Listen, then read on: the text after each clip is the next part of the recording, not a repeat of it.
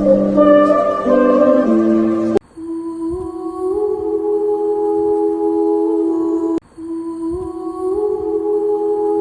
মাঝে এমন একটা দেশ আছে সবথেকে সুখী দেশ।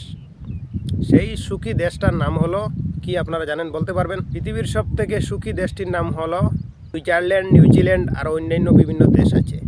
দর্শক বন্ধুরা, আজকে এমন একটা জায়গাতে আইসি আপনারা দেখাই, আর খুব সুন্দর একটা চমৎকার জায়গা। এটা বিল জলাশয়ে আমাদের হাতিকাল জোড়াগুল রোডের মানে বড়খালফার নতুন যে রাস্তার কনস্ট্রাকশন কাজর আমার পেছনে দেখতে পাচ্ছেন, রাস্তার কনস্ট্রাকশনের কাজটা অনেকটা সম্পন্ন হয়েছে। সেই জোড়াগুল টু বড়খাল এই যে মানে খোলা মাঠের মধ্য দিয়ে যে রাস্তাটা গেছে, সেই রাস্তার মধ্যভাগে আমি বর্তমানে অবস্থান করেছি। আমার এই যে দেখতে পাচ্ছেন সম্মুখে আছে একটা মানে পুষ্করিণী বা বিলের মতো জায়গা। বর্তমানে তো প্রায় খরা মরশুম, বর্ষাকাল আবহাওয়া এখনও আসতেছে না, হালকা পাতলা বৃষ্টিপাত যদিও হয়, তবে মানে বিল জলাশয়ের অংশে এখনও জল কম অবস্থায় আছে। তাই আপনারা দেখুন যে জলাশয় এটা খুব সুন্দর একটা প্রকৃতি দেখতে পাচ্ছেন।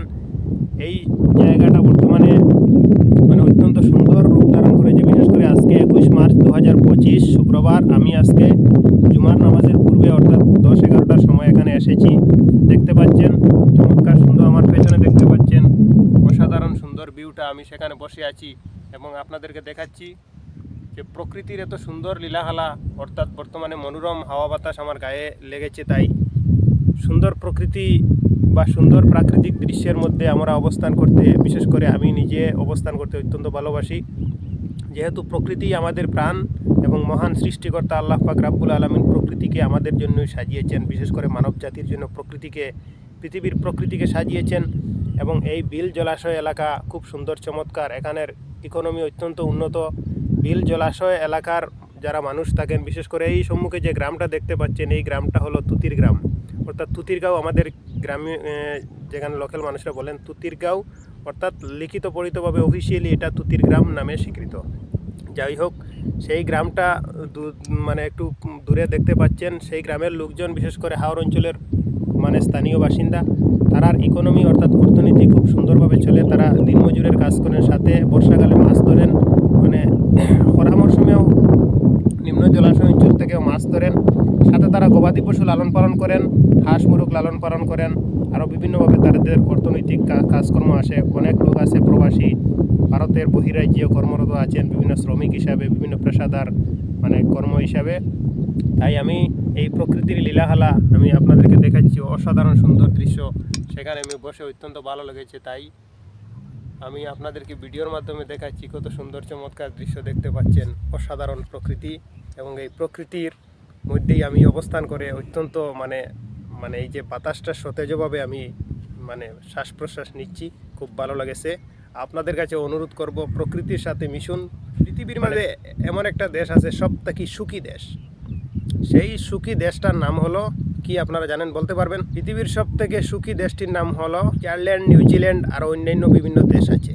পৃথিবীর সবথেকে সুখী মানে সুখী তালিকায় থাকা দেশসমূহকে জিজ্ঞেস করা হলে তারা বলে থাকেন যে পৃথিবীতে সবথেকে সুখী থাকার মূল কারণ হলো তারা প্রকৃতির সাথে নিজেদের সংস্পর্শ রাখেন, অর্থাৎ প্রকৃতির সাথে নিজের আত্মাকে, নিজের দেহকে, নিজের শারীরিক অবস্থাকে, নিজের মানসিক অবস্থাকে মিশিয়ে রাখেন।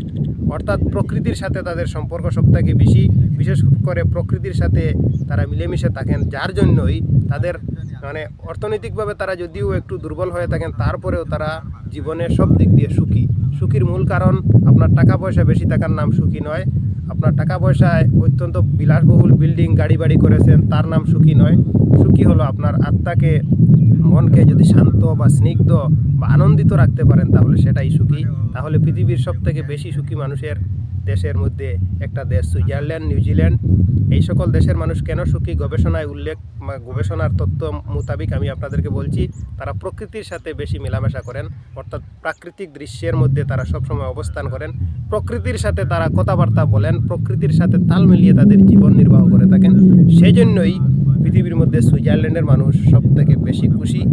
আপনারা মনে রাখবেন, প্রকৃতির সাথে যুক্ত হন, প্রকৃতিকে নিজের আপন ভেবে চলুন।